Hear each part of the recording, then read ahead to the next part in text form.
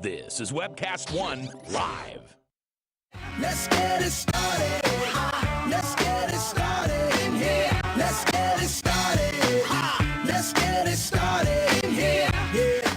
The views expressed by J. Michael McCoy are the views of the hosts and guests of Max World Live, and not necessarily the views of Webcast One Live, its staff, its management, the cleaning crew, Dave the electric guy, the guy who cleans the skywalk, the woman who brought in the cookies, the management staff of Hubble Real Estate, the parking lot attendant at Keck Parking, the wait staff over at Miss Kitty's, the coffee crew at Frederick's, the man in the street corner willing to work for food, Rob Spearman, Max Crab, or anyone else of sound mind. Should you be offended, provoked, intimidated, shocked, confused, or just made to think independently, log on to maxworldlive.com right now. It's your voice we want to hear in Max World. And now, live from the palatial studios of Webcast One Live, your host, J. Michael McCoy. Thank you, Michael Libby. I appreciate you doing the intro there. My own little Ed McMahon. It is the 10th day of June in the Lord's year 2014. And Tom Coates is on vacation. That guy takes more vacations than I have chins. Seriously. He's like gone he's gone like every 6 or 8 weeks. He's in Mexico right now. And the guy will not come back with a tan because his wife says he just sits in the shade. I don't know. Love him. And my special guest is Jann Freed today. And she will join us at the beginning of the second segment because I wanted to spend some time, just you and I, for a little bit today and talk about something. And I want to encourage you to pick up the phone and call me if, I don't think you'll disagree, but certainly if you disagree, you're welcome to pick up the phone and call me. But I'd like you to tell me what you think the solution is to this problem, because it's a real problem. And we're going to have to come up with a solution because I don't trust. I can't believe I'm about to say this, but I haven't really trusted our government for 16 years, 20 years. And obviously in the middle of that, I had 2 Bush presidencies, so I'm not dividing on party lines. I just don't trust our government to do what they're supposed to do. Or maybe they fooled me for the first 30 years of my life into thinking that they were a government of the people, by the people, for the people, et cetera, et cetera. The problem I'm talking about is gunfire and murder and killings with guns. There was another shooting today. I don't know if you know this. There was a shooting, looking it up here, in Oregon at a high school where one lone gunman entered a high school in Portland and fatally shot a student and then shot himself in the school bathroom. They don't know the connection yet. They don't know whether the student knew the shooter. They don't even know if the shooter was a student at that school yet. They just know that a student's dead and a young man did it. Now, this would be a good conversation to have if Tom were here because Tom is a gun guy. By the way, the number's 244-0077 if you'd like to give me your 2 cents worth here. And even if you've never picked up the phone and called a radio station, I promise I won't argue with you if you disagree with me. I just want to hear another opinion on this. I'm not a gun guy. I'm not afraid of guns. I don't own a gun. My wife would like me to own a gun. She says that sometimes when stuff goes on, she just kind of thinks we ought to have a gun, in the nightstand or something like that to protect ourselves. I don't hunt. I love to eat beef or venison or whatever, but I can't kill. I just can't kill animals. I'm not against the people that do it at all. I have good friends who are hunters, and I don't hold any bias to them at all, any ill will. I just personally can't kill anything. I remember as a child growing up in Beatrice, Nebraska, and I had a friend who would bring out a little magnifying glass, and he'd get the sun just right, and he'd fry ants, or he'd get a bunch of ants together and put lighter fluid on them and start them on fire, and I just thought that was horrible. I wonder if he grew up to be a fire freak. I should check on that. Wouldn't that be funny if he ended up being, what do they call those, Ryan? Pyrotechnic? No. Pyromaniacs. And I think that's where it came from, because killing just seems so cruel to me and so senseless. I'm not a vegetarian. I don't think I could ever stop eating meat. I'm a chicken. I don't want to kill anything. So I'm not a gun guy, and I'm not a hunter. I believe in the Constitution. I believe in the Second Amendment. I believe that we ought to have the right to own firearms. I believe we ought to own any firearm we want, and that's where you may disagree with me a little bit. Semi-automatic rifles, machine guns. We haven't had it yet in this country, unless you want to talk about the Civil War. But there's going to be a day that our government is not going to represent you and I at all. It'll represent a very small minority of power-hungry egomaniacs who will decide that they want to overthrow you and me. I don't think they'll overthrow the government. I think they'll be in the government. And if that day should come, then I want to be armed, or at least I want you armed, to protect us. We're not that old. We're less than 300 years old, and that's minuscule when you look at the length of time countries are countries and governments are governments. I can't believe that we're ever going to get to 400 years old.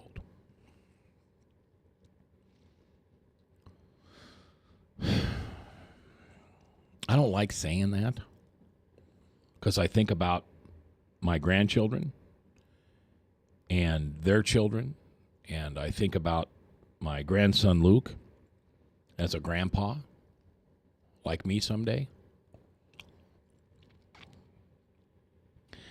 And I just can't help but wonder what type of world he'll have to live in and his grandchildren will have to live in. I mean, that's only 5 generations away from me. It's not that long ago. It's not that far into the future. And I'm not ranting against the government. I'm not afraid to. But I don't think the solution to better government are words. Now, let me say that again, because I'm a talk show host, and that seems a little bit of an oxymoron, I'm sure, to you. I don't think our government will ever be taken over by words, and I don't think that's what's going to change it. I think what's going to change it is when I hate to say this, but it's going to be another 9/11. Something horrible, tragic, catastrophic is going to happen to this country that will make 9/11 look like the Alamo. Because the Alamo was a big deal in its time, you know? Or the Battle at Lexington. That was a big deal in 52, I think. I think the next time that our country is going to unite is when the enemy is no longer within. And the enemy, once again, can be identified from without, from the outside. And we as a country will finally stand tall and make the necessary changes we need to put this country in a sustainable mode for at least the near future. Because if you think we're in a sustainable mode, you're wrong. And if you think we are, it's your voice I want to hear. You're welcome to call me and tell me, 244-0077. Doesn't look like you have anything to say today. Maybe you just agree with me. Maybe I'm preaching to the choir. In the last 75 years, now remember, Jesus was here 2,000 years ago. Our country was founded less than 300 years ago. But within the last 75 years, we have created and used weapons of mass destruction. Nuclear, gas, the ability for a single human being like you or me to carry a weapon that can shoot 100 rounds, maybe more, I don't know. We've created humanless weapons, such as drones. We've created the ability to destroy ourselves in a very short amount of time. And the craziest people on earth are about to acquire these weapons.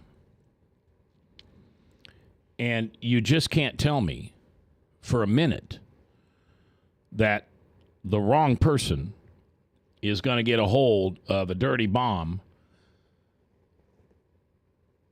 and use it on us. Frank's on the phone. Let's see what Frank has to say. Frank, you're live. How you doing? Good. How are you? I'm good. So what do you think? It's really sad because if somebody was out to try to make gun owners look bad, they couldn't do any better of a job than what's been going on over the weekend. Yeah. I mean, it's almost like it's with purpose. That's the sarcasm and the skepticism in me bleeding out.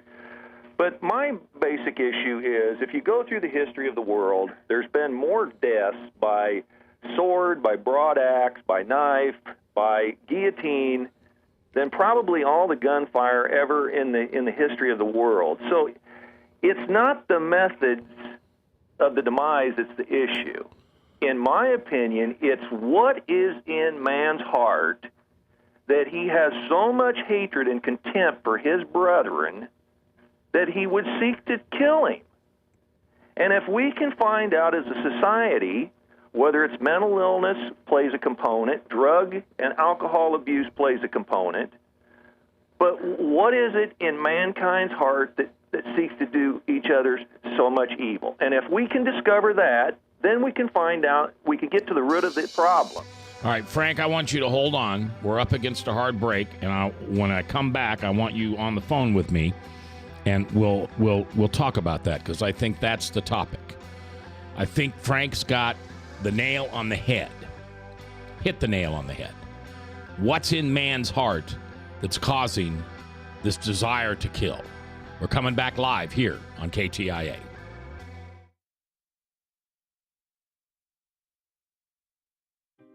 Yes, now your favorite programs on Webcast One Live can all be watched and listened to on any Android or Apple device.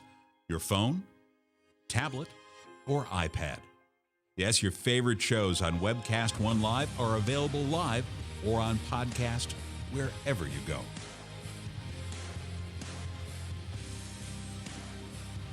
Let me introduce to you some of our great shows. Shalom! Every week on Understanding the World with Rabbi David Kaufman, we'll talk about issues in the Middle East, issues related to the Jewish tradition and religious traditions in general, and keep you up to date on exactly what's going on around the world. You may know some of the story, but you haven't heard all of the story until you've heard it on Understanding the World with Rabbi David Kaufman and our special guests we have on every week. Hey, this is Doc with Doc and Lefty. I want to tell you about our brand new time slot. It's from 6:30 to 7:30 p.m. It's on the same night, Tuesdays. We now follow Ed Fallon and the Fallon Forum on webcast1live.com. I want to tell you a little bit about our show. Our show is focused on local, state, and national, and sometimes international politics. We like to keep people updated and informed. We also have very interesting guests. So please join us every Tuesday from 6:30 to 7:30 p.m. on webcast1live.com. So when you want to watch your favorite Webcast One program, remember, there's an app for that.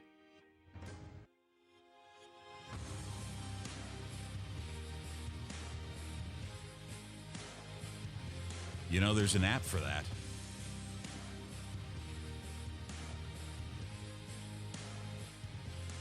All across America, there are countless numbers of people struggling with addiction and other life-controlling issues. Probably someone you know and love. There is a way out. There is hope. Transformations Treatment Center in Delray Beach, Florida, has a unique approach to substance abuse treatment. Call now and ask about our Guaranteed Success program or log on to transformationstreatment.com. Transformations. Change your life. Change your relationships. Transform your world. Get away from us, you mean old credit card. We don't have any more money. We're in trouble now. Save us! Help! Somebody save us! Somebody help! Help! Save us!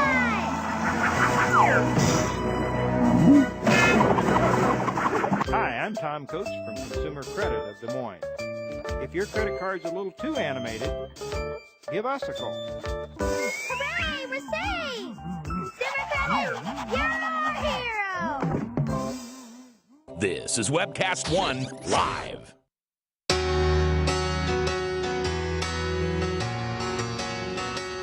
"21 minutes after the hour, my guest, Jann Fried, in just a while, talking about her new book. Meanwhile, Frank is on the phone, and I appreciate Frank calling in. There's been another shooting, this one in Portland, Oregon. One student dead. The killer killed himself or herself in one of the school restrooms. I guess it was a he. And I want to talk about a solution to this, because it isn't taking away our guns. And if you're a take my gun away guy, I got to give you kudos. You got a lot of material and ammunition to fire at me, not to use a pun, after this last week. I mean, I'm not sure if this is absolutely correct, but Frank, hasn't there been like 5 shootings in the last 8 or 9 days? Well, I don't know. Obviously, there was the one in Las Vegas over the weekend that got pinned on the Tea Party. It seemed like there was some kind of a shooting last week. There was a shooting at a Jewish temple or something in Kansas, Overland Park or something within the last 30 days. So, yeah, there's been 4 or 5 instances here. I can't give you the exact amount this week, but there's been at least 3 in the last 10 days. And the anti-gun people are going crazy. Oh, yes, they're jumping all over guns. There's a couple of issues that bother me. I mean, I was reading a statistic in a book here not too long ago that by the time a child reaches the age of 12 years old in North America, they will have witnessed at least 100,000 acts of violence on TV. But Hollywood has no culpability in this. We have rampant school bullying that goes on in this country, and children are becoming increasingly more isolated because of social media. There's no interaction among children anymore. So they become increasingly isolated, and they're playing video games day and night, much of them violent shooting video games. So children are kind of being bred to believe that if you got an issue, get a gun and solve it. When I was a kid, you were required to use your fist to solve your problems. Right. Now you are encouraged, I guess, by the violence in the video games. And I have a grandson who plays these things more than I'd like to see him play them. But this is the solution now. So you got violent rap music. You have a Hollywood industry that pumps out slime. Oh, the other one was the shooter whose father was a Hollywood movie producer or something that we're forgetting. Yeah, right.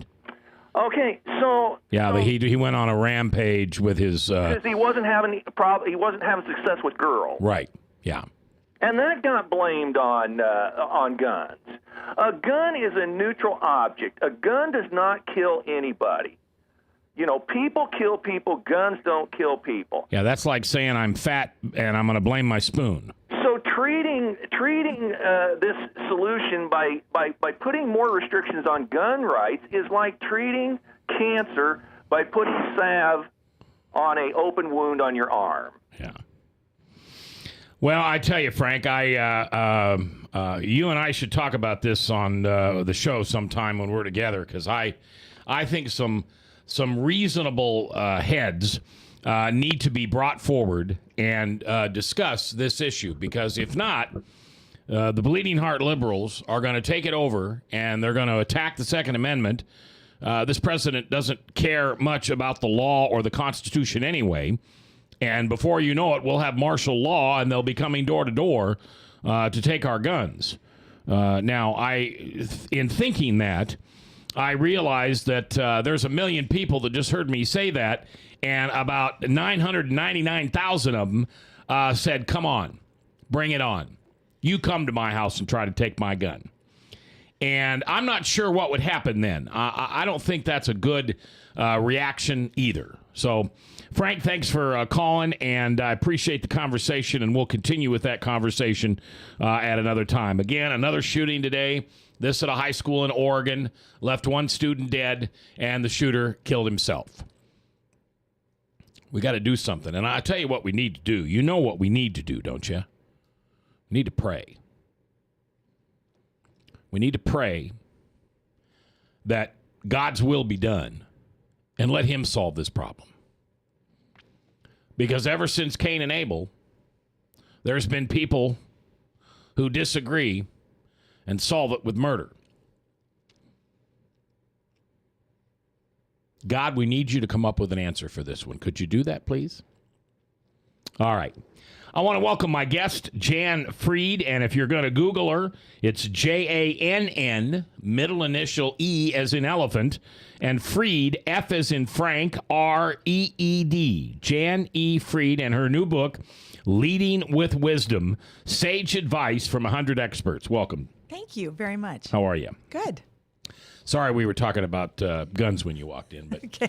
Like I said, another school shooting today. Oh, gosh. Terrible. So, and I just looked you up on Amazon, and this book isn't on Amazon yet. Yes, it is. It's it is? You know, it's there. I know it's there. All right, because you have... I have other books, but no, it's there. Now, did maybe just put it under... If you search Leading with Wisdom and see if it comes up. All right, I'll look for it. Okay. Because there's another author that's Jann. Yeah? No, I mean, it's there. It's on Amazon. Good. Did you write the book Too Many Bosses? No. Okay, then there's a Jann Freed that also writes. There is. They write fiction, yeah. Yeah. So tell me a little bit about Leading with Wisdom. Where did the idea for this book come from? Actually, it's kind of interesting because I was teaching at Central College in Pella, Iowa. I'd been there at that time probably 25 years. And I I knew I was going to be on sabbatical. And so I went to hear Jim Collins speak in Des Moines. He was a guest, and he's been here a couple times, but this was in 2004, shortly after his book Good to Great came out. So he was kind of doing a book tour, and I hung around afterwards, and I thought, I just want to talk with him. So I did, and one thing led to another, and he says, well, give me a call, and we'll talk for an hour.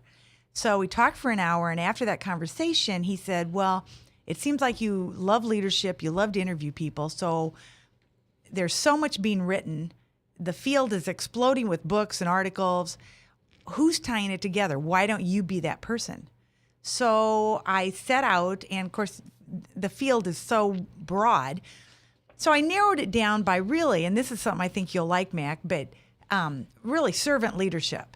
Yeah. And I tended to find that in a very simple way, that leaders should clear obstacles. They shouldn't be the obstacle. That leaders really look at their role as, I'm here to serve so that everybody else can be more productive, efficient, effective. And so then I went after these people. I defined the criteria using kind of definition of a sage that I got from Saging International. That's an organization. And using that definition, I went after wise people who were reflective, kind, generous. And I started out with biggies. I used what they call the snowball method, which just means you start out with people who are recognized as leaders or recognized as authorities in the field in which you're, and then you ask them, who else do you think fits this criteria? Oh, yeah. And then you go after them, and then, using one to lead to the other, because I could say so-and-so recommended. And I do want to say that Jim Autry here in Des Moines was very instrumental in helping me contact many of these sages. He really is a sage. He's one of my sages, but he's very recognized in the field of servant leadership. Okay. And so from there, I had 5 questions, but really one driving question. And my driving question was, given what you know about the field of leadership, how should I be preparing people to be the kinds of leaders who are needed in these uncertain times?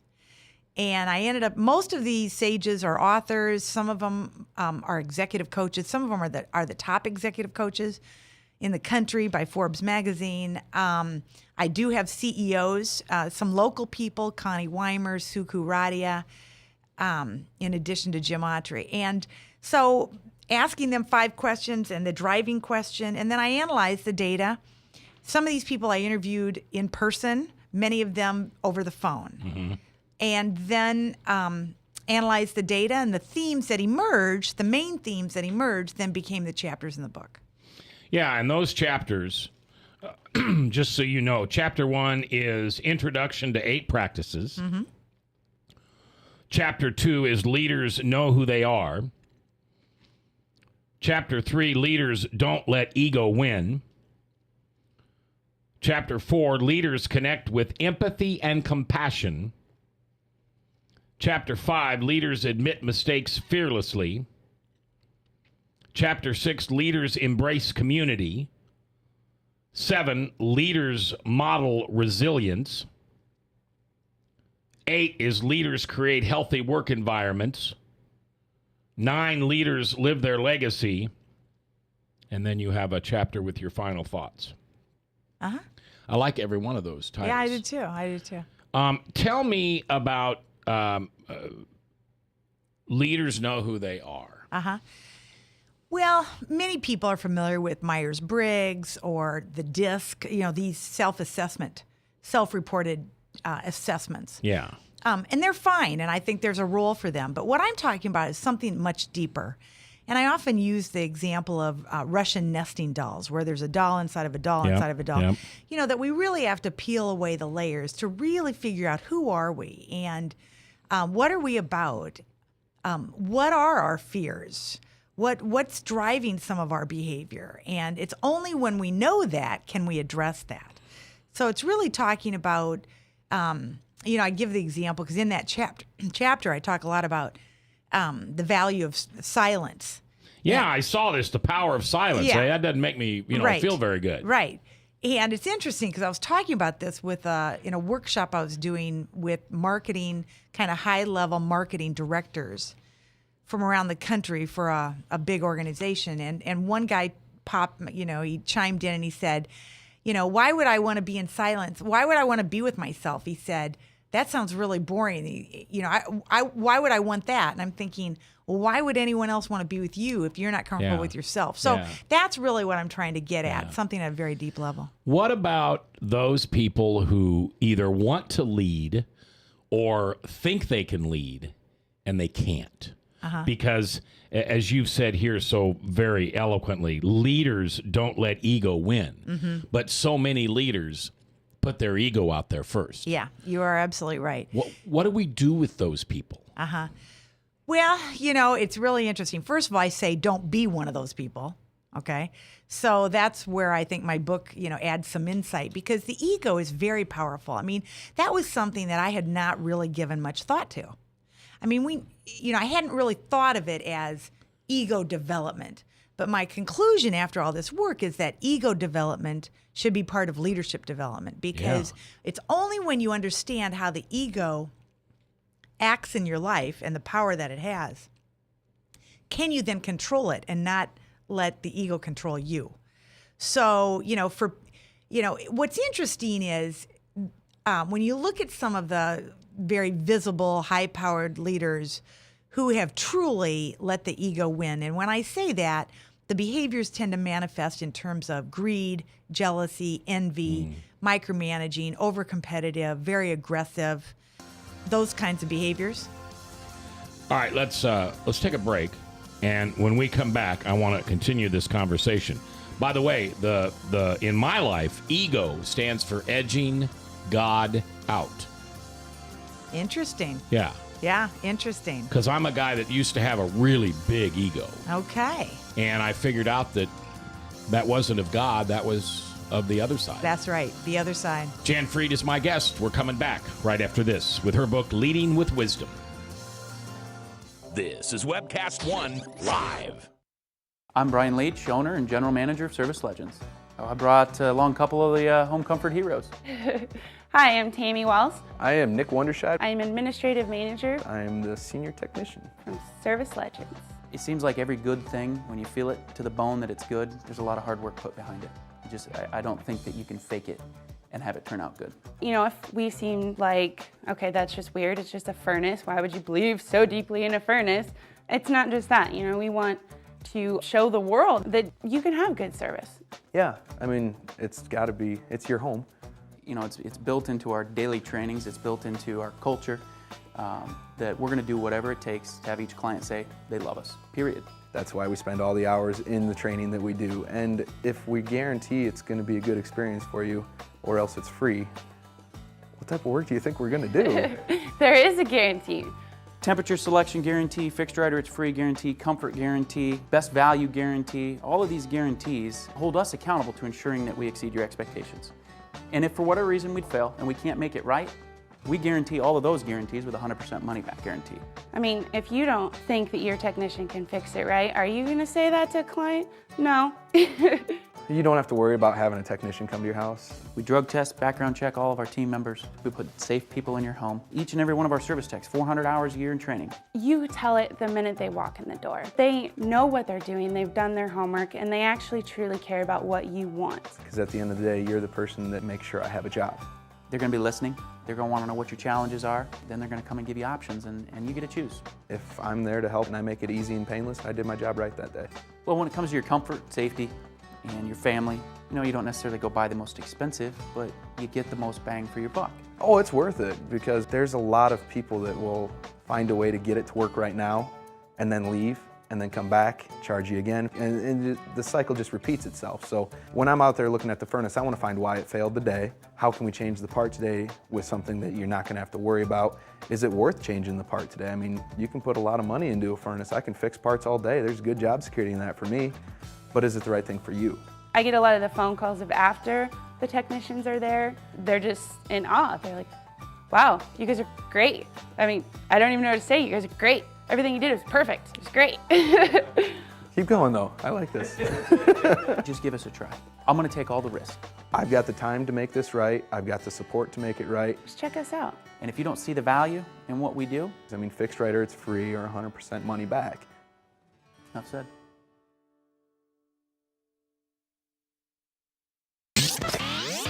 from the RE/MAX Real Estate Concept Studios, this is Webcast One Live. 3:38, 22 minutes before the top of the hour. Salem Radio Network News, and then Michael Mudloff with True Blue. And Dr. Michael Hartwig and I will be taping. Boy, that's an old word. I just showed my age, didn't I? We will be recording our Father's Day program for Restoring Hope Live.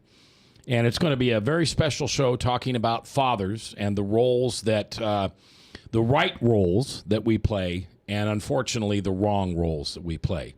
So if you go to webcast1live.com, you'll be able to get a sneak preview of that program that airs nationally this Sunday.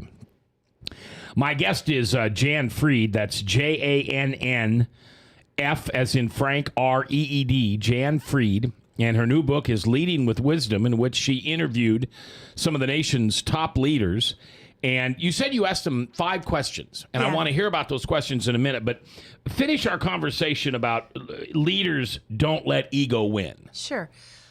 Well, I mentioned that when we understand ego development, then we can control the ego and not let the ego control us. And I came to the conclusion, I don't think most people wake up in the morning and say, today I'm going to be a bad leader, or today I'm going to let my ego control me.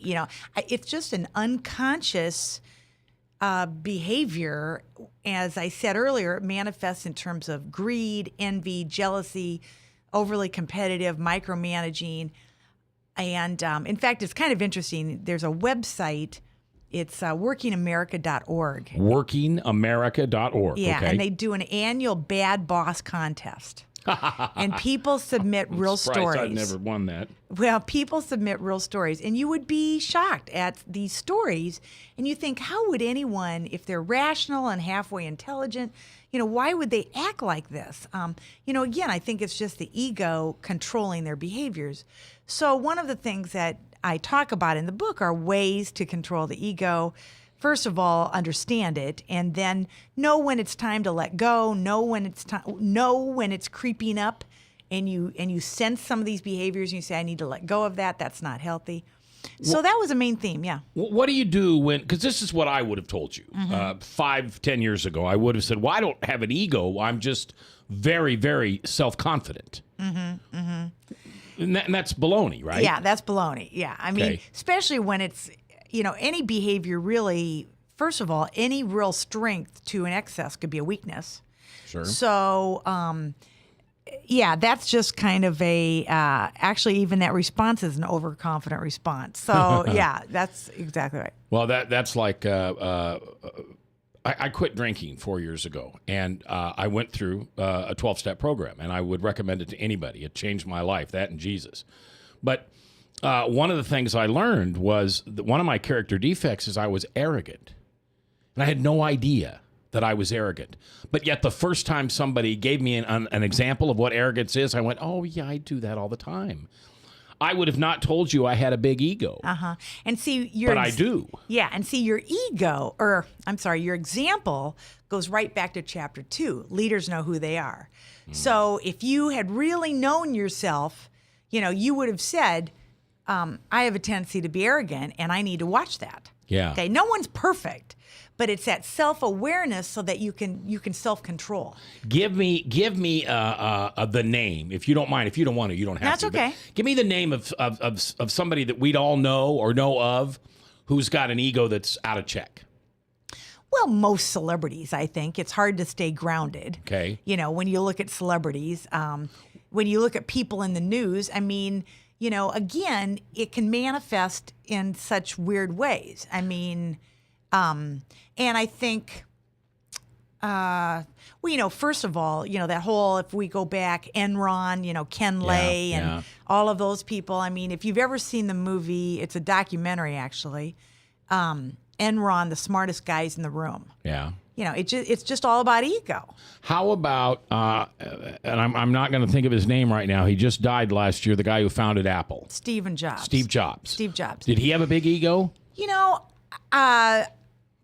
Definitely. Okay. Definitely. And I think part of that came from probably being the smartest guy in the room most of the time, What's interesting about him is when he realized he had cancer and that it was a serious form of cancer, and I talk about that in my book, actually, that all of a sudden we get humble, and all of a sudden we're much more compassionate and much more empathetic. And, if you haven't seen this, Google or go to YouTube, Stephen Jobs' commencement speech at Stanford in 2005. Okay. Yeah.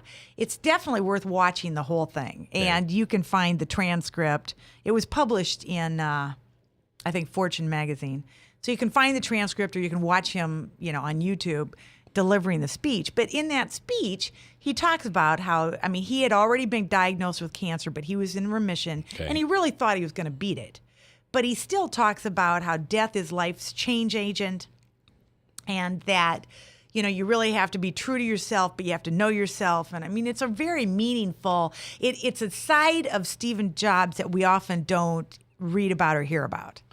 What about, and I'm not trying to get political on you, but what about Barack Obama? Is that a man with a big ego? I think he's got his ego in check. I think he's pretty balanced. Okay. Now, what's interesting is many people will criticize him for being, slow to make a decision, or, why didn't he respond faster? Or why doesn't he show more emotion? I think he's very self-controlled. And I think, whether you agree with him or disagree with him, I would say he's got his ego in balance. Now, Alec Baldwin. Out of balance. Out of balance. Out of balance. Big time. Big time. Do you, this is probably a rhetorical question because I think I know the answer, but do you, if I'm Alec Baldwin, do I know that I have an ego that's out of balance and I just don't care because I'm rich and I don't have to bow to anybody and I can do what I want, so take a hike? I think so, because he's had enough skirmishes, with the law. He's been in enough trouble that I think that he does think that he's above it. Yeah. Tell me about the other chapter that just intrigues me. And I was going to tell you that I was going to read this book. And I had it on the coffee table, literally. And a family member came over and said, "Oh, this looks interesting. Can I read it?" And I said, "Well, sure," because I thought I'd get it back before you were on, and I didn't. Okay. But I love chapter 9. Leaders live their legacy. Yeah. Now, that's so interesting, Mac, because that's the chapter that is resonating with a lot of people. I did a keynote talk about a month ago for John Deere in Moline for a group of about 300. And that was the topic they picked. And I've done some writing on this topic. I had an article in Training Magazine about this topic. Basically, one of the things that I like to say is when I use the word legacy, what does that mean to you? What is a legacy? When do you leave a legacy? When do we talk about that?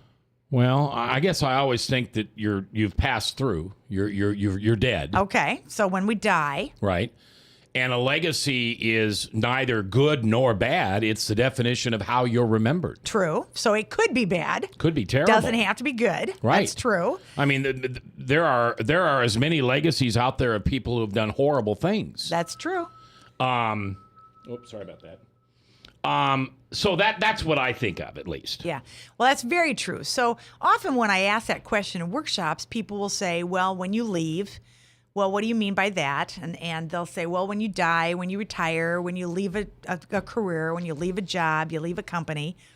Well, what I came to realize through these stages is we're leaving our legacy all the time.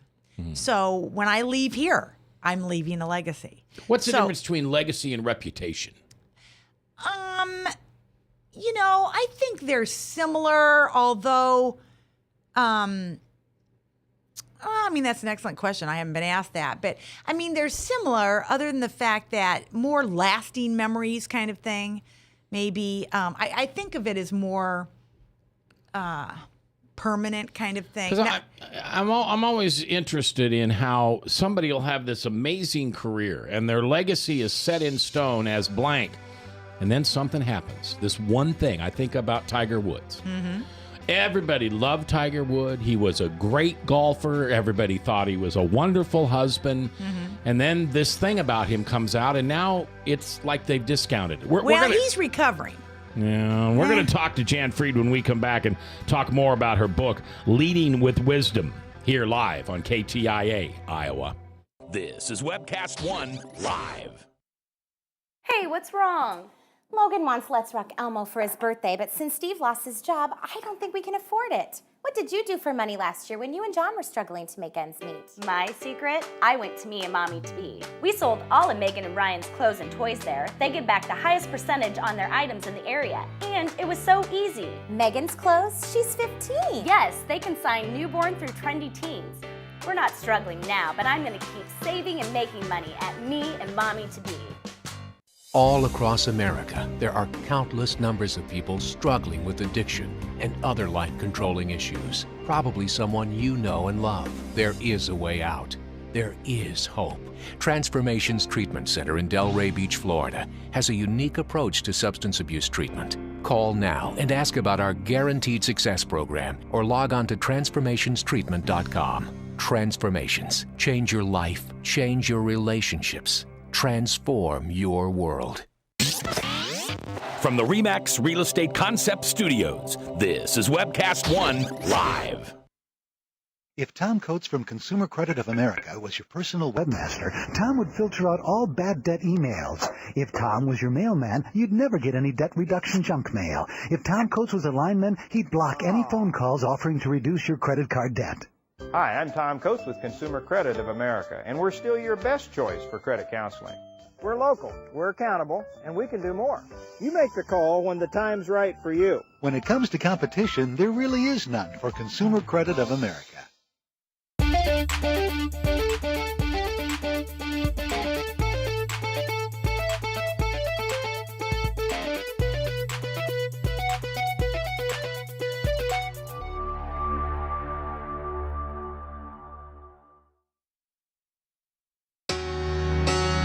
10 minutes before the top Salem Radio Network news, as well as Michael Mudloff coming up in the next hour. And if you want to jump on the webcast at webcast1live.com, we're going to be recording our Father's Day program, which will air nationally on Sunday. Dr. Michael Hartwig and I are going to have a very candid conversation about fathers. And we're going to focus more on the failings of fathers than the successes of fathers, which is probably a good topic for he and I to talk about, because I was not the greatest father to my kids, and I think Michael Hartwig's probably a perfect father or a very ideal father. So two peas in a pod, and we'll talk about that on Restoring Hope Live. Jann Fried is my guest. She has a new book called Leading with Wisdom, Sage Advice from 100 Experts. And by the way, it's Jann, capital Freed. And Amazon, I would assume? Mm-hmm. Yep. You can find it on Amazon. Okay. And I wish I could tell you that I'd read the book. I had it on my coffee table, and a family member said, "Oh, can I borrow this, Dad?" And I said, "Sure," and I didn't get it back yet. But it's about leaders, and you interviewed 100 different people. And what were the 5 primary questions you asked them? Well, I wanted to know, I was looking at leaders that fit this criteria of servant leadership. And so the first question had to do with what articles, books, people have inspired you, informed your thinking on this topic. The second one, what else, has inspired you about leadership that I should, read or meet or watch or that kind of thing. But the driving question was, given what you know about leadership, how can I best prepare people to be the kinds of leaders that you think are needed in these uncertain times? Because I'm interviewing authors and some of the top executive coaches. And then a follow-up question was, what else are you thinking about now? And then what else should I ask you? So really that driving question. Good. Yeah. So you're an author. Mm-hmm. Are you still a college professor? I teach a graduate course. I teach a graduate course for the University of Iowa at the downtown Papa John Center. Okay. What else do you do? I mean, you're a speaker. You can be hired to come speak at many different business solutions and things like that. What else do you do? Sure. I love the speaking part, and I will always consider myself to be a teacher, regardless of where I am. In fact, I lead any workshop as if I'm a teacher because I want people to learn. But I still do a lot of writing. I write for the Des Moines Business Record. I have had articles published in Training Magazine. And, I'm still kind of thinking about what's my next book. But I also do strategic planning workshops. I'm with a firm called the Genesis Group, and we do what we call strategic futuring, both with individuals and organizations. So if you go to my website, which is just jannfried.com, I call myself the transitionist because I like to help people and organizations get from where they are to where they want to be. So I really like to help people with transition, and that kind of plays off that whole word of sage, because I'm also a saging leader. I'm very passionate about helping people figure out what to do with the rest of their life. So even if they're 18? Yep. In fact, I often say to people, well, how do you know you're in the second half of life? So when is the second half of life? So give me an answer. When are we in the second half of life? Well, I haven't thought about it. You just asked me. I would tell you it's when your children are grown and gone. Okay. That's one answer I would give you. Yep. For me, I got to the second part of my life when I realized that I hadn't wasted the first 50 years, but I had focused on very earthly and material things. And I surrendered my will and my life to Jesus, and I said, I want to do the rest for you, and I need to know what you want me to do. And he clearly told me, and it was to serve other people. Because I had spent the first 40 years, 50 years of my life, but, I was only from 5 on, making people serve me. I was a very dominant, probably not the type of person that you would like. And you would have written about as the bad guy. I wasn't quite Alec Baldwin, but I kind of I'm sorry to say, I resemble him a little bit. Yeah. So the second part of my life would have come when I realized that I was living it for the wrong reasons. Sure. And I think you bring up a lot of very good points. I just often sometimes say, well, if the average life expectancy for a female in the United States is 78, and for men it's like 80, for men it's 78, and for women it's 81, something like that, then really we're talking 40. Yeah. And so it's earlier than many people think. Yeah. And so one of the things that I think is interesting is I have used this book. I've developed a leadership course at the undergraduate level where people are usually 21 and 22 using these themes. And the earlier you understand this, the better off you are. So anyway, so I'm very passionate about this whole idea of second half of life. And I actually write a monthly column about that. Do you know a man by the name of Paul Leavenworth? That I don't. He's a guy you ought to meet. Okay. He's here in town. Okay. I'm trying to think of the name of his company, and I can't right now, but you can Google him. Okay. He works closely with men, including myself. I was very blessed to have him come into my life. And he helps us understand how to finish well. Well, that's the Bob Buford term. Okay. Yeah. And so that's... Are you familiar with Bob Buford? No, I'm not. I'm sorry. Okay. Because he wrote a book called Finishing Well. He wrote a book called Halftime. He wrote a book called Stuck in Halftime. And it's all about that second half of life stuff. Yeah. And we're teaching that now at our church to men who are my age. And, well, I guess age doesn't make any difference, but they're basically in their late 40s, 50s, even 60s. Sure. And how to use that time in the end to give back. It's really what it's about. It's not about going fishing or knocking off a bucket list. No. It's about sharing the wisdom and the experiences that we've learned with the younger generation, and not those just below me, but 2 generations below me, so that stuff doesn't get lost. Exactly. Well, research would say that as we get older, meaning trumps money and significance trumps success. Yeah. I would say that's also true.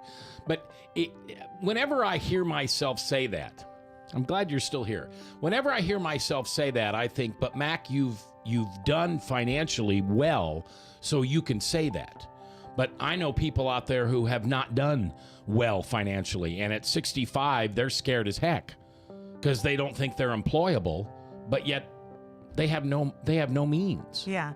Well, one of the things, money's tough. I mean, you've got to have enough, but I think enough can be defined differently. Yeah. And I think sometimes we may need to make adjustments so that we lower what we need to have for enough. Yeah. Thank you for coming today. Well, thank you for inviting me. Will you be back? I'll be back. I'd love to. I think I'd just love to talk to you about this topic for a long, long time. We'll talk again. All right. It's Jann Freed, Jannfreed, and the book is Leading with Wisdom. Go get it. I think you're going to like this book a lot. It's about leading, about wisdom. It's about servanthood, and it's about being the best that you can be. I will see you on Friday on this very channel. Right Places is next tomorrow and Thursday. And until then, do me one favor, would you please? Just pray.